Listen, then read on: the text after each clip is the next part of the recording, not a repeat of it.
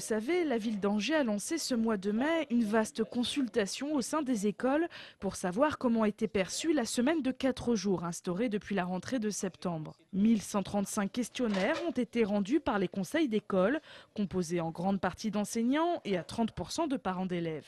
Cette consultation permet quelques analyses. Concernant l'école primaire, plus précisément, les conseils d'école regrettent à 53% le samedi matin, la semaine de 4 jours étant jugée trop lourde en horaire. Globalement, on voit bien que dans les écoles, et c'est un des résultats du questionnaire, majoritairement, notamment en élémentaire, cette semaine est jugée difficile, fatigante, stressante.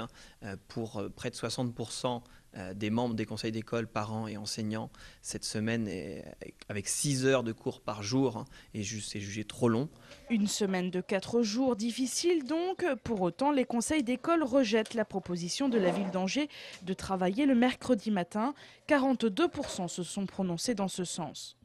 Aujourd'hui, majoritairement, les conseils d'école ne sont pas favorables à l'arrivée du mercredi matin à court terme. Donc ni en 2009, ni en 2010. Et la ville d'Angers s'est engagée à suivre cet avis. La semaine restera donc bien à 4 jours pour l'instant, avec peut-être quelques tests dans certaines écoles. D'autres propositions ont également été dégagées de cette consultation. Nous souhaitons tout de suite, dès la rentrée 2009, améliorer la qualité du temps du midi, notamment en généralisant les selfs, cette formule qui permet aux enfants d'avoir un repas qui se déroule plus calmement, moins de bruit, plus d'autonomie et une qualité bien supérieure. On a aujourd'hui 6 selfs qui existent dans les restaurants scolaires de la ville. Nous souhaitons les généraliser pour favoriser ce temps du midi. Dès septembre 2009, la ville d'Angers souhaite engager un débat sur un rallongement de la garderie du soir. Tous ces chiffres sont consultables sur le site internet de la ville d'Angers. On est décidé à être pendu, donc 31 licenciements donc, sur les 57 personnes. Voilà, donc aucun avenir pour une bonne majorité de la société.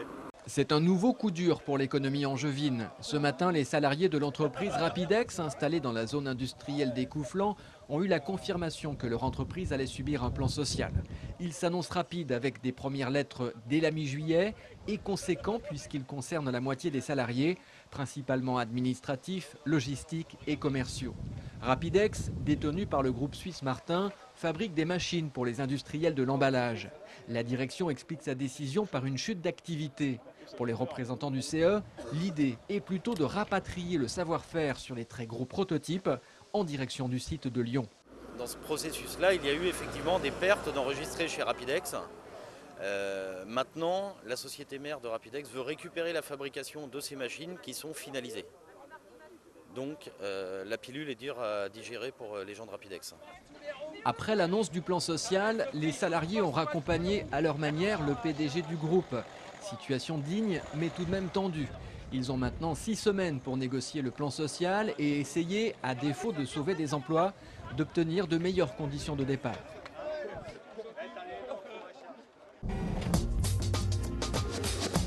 Je pense à certaines personnes que j'ai dans mon entourage qui n'ont pas trop d'opinion politique, qui me disent on n'a rien reçu, on ne sait pas encore pour qui on va voter.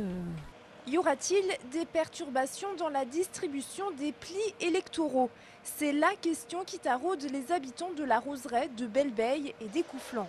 Les facteurs CGT et Sud du centre courrier d'Angers-Bamako, en charge de ces 3 secteurs, ont décidé hier de ne pas distribuer les plis pour les élections européennes du 7 juin prochain.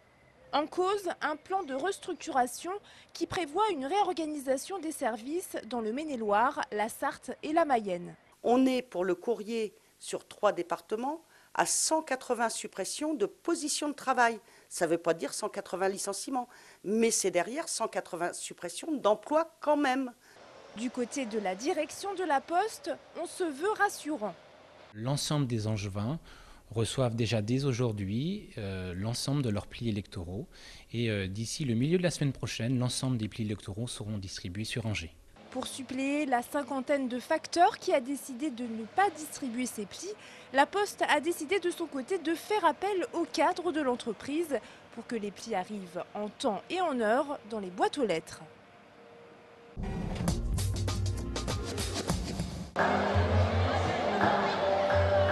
Pour clôturer clôturer en grande pompe la saison du 30e anniversaire du CNDC, le Centre national de danse contemporaine d'Angers.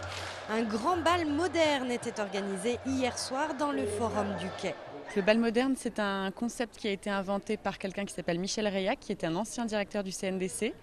Le principe est très simple, il s'agit de demander à des chorégraphes d'offrir au public un extrait d'une de leurs chorégraphies, un extrait court de 4 à 5 minutes, et de les transmettre au public.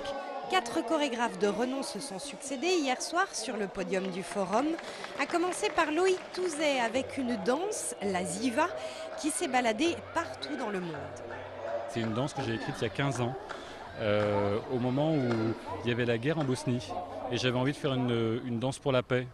Et donc j'ai trouvé cette musique d'Hamza Eldin et j'ai pensé que ça pouvait être bien de faire une danse sur cette musique-là. C'est une danse très douce, très agréable, qui se fait en communauté avec les uns avec les autres.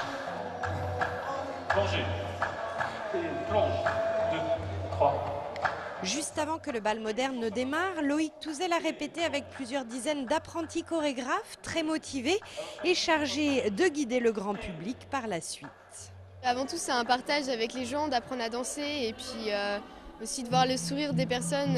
Et puis je pense que ça va être assez drôle de les voir danser parce que c'est je pense que ça va être des personnes qui ne savent pas danser, donc ça va être aussi amusant. 7, 8 et le bal moderne a démarré, remplissant son objectif, faire onduler la foule, un bon millier de personnes qui avaient répondu au rendez-vous. Je trouve ça formidable de pouvoir accéder à de la danse contemporaine librement et que ce soit tout public. C'est vraiment un plaisir. Ce n'est qu'un plaisir. Je suis venu là un peu par hasard parce qu'on m'y a traîné et puis je ne suis pas un très bon danseur, donc je veux arriver à me prouver qu'on peut faire des choses ensemble avec d'autres, même si on n'est pas des gens très compétents. Le mot de la fin à Emmanuelle Huynh, la directrice du CNDC, qui toute la semaine a animé à Angers des rencontres internationales de danse. C'est émouvant. Alors il y a ce qu'on voit là, c'est-à-dire tous ces jeunes qui ont à la fois appris déjà les danses ou qui ont été invités à les apprendre ce soir. Donc ça c'est très touchant de voir toute cette affluence d'enfants et de parents. Allez, encore quelques pas de danse, histoire de s'envoler vers un joli week-end.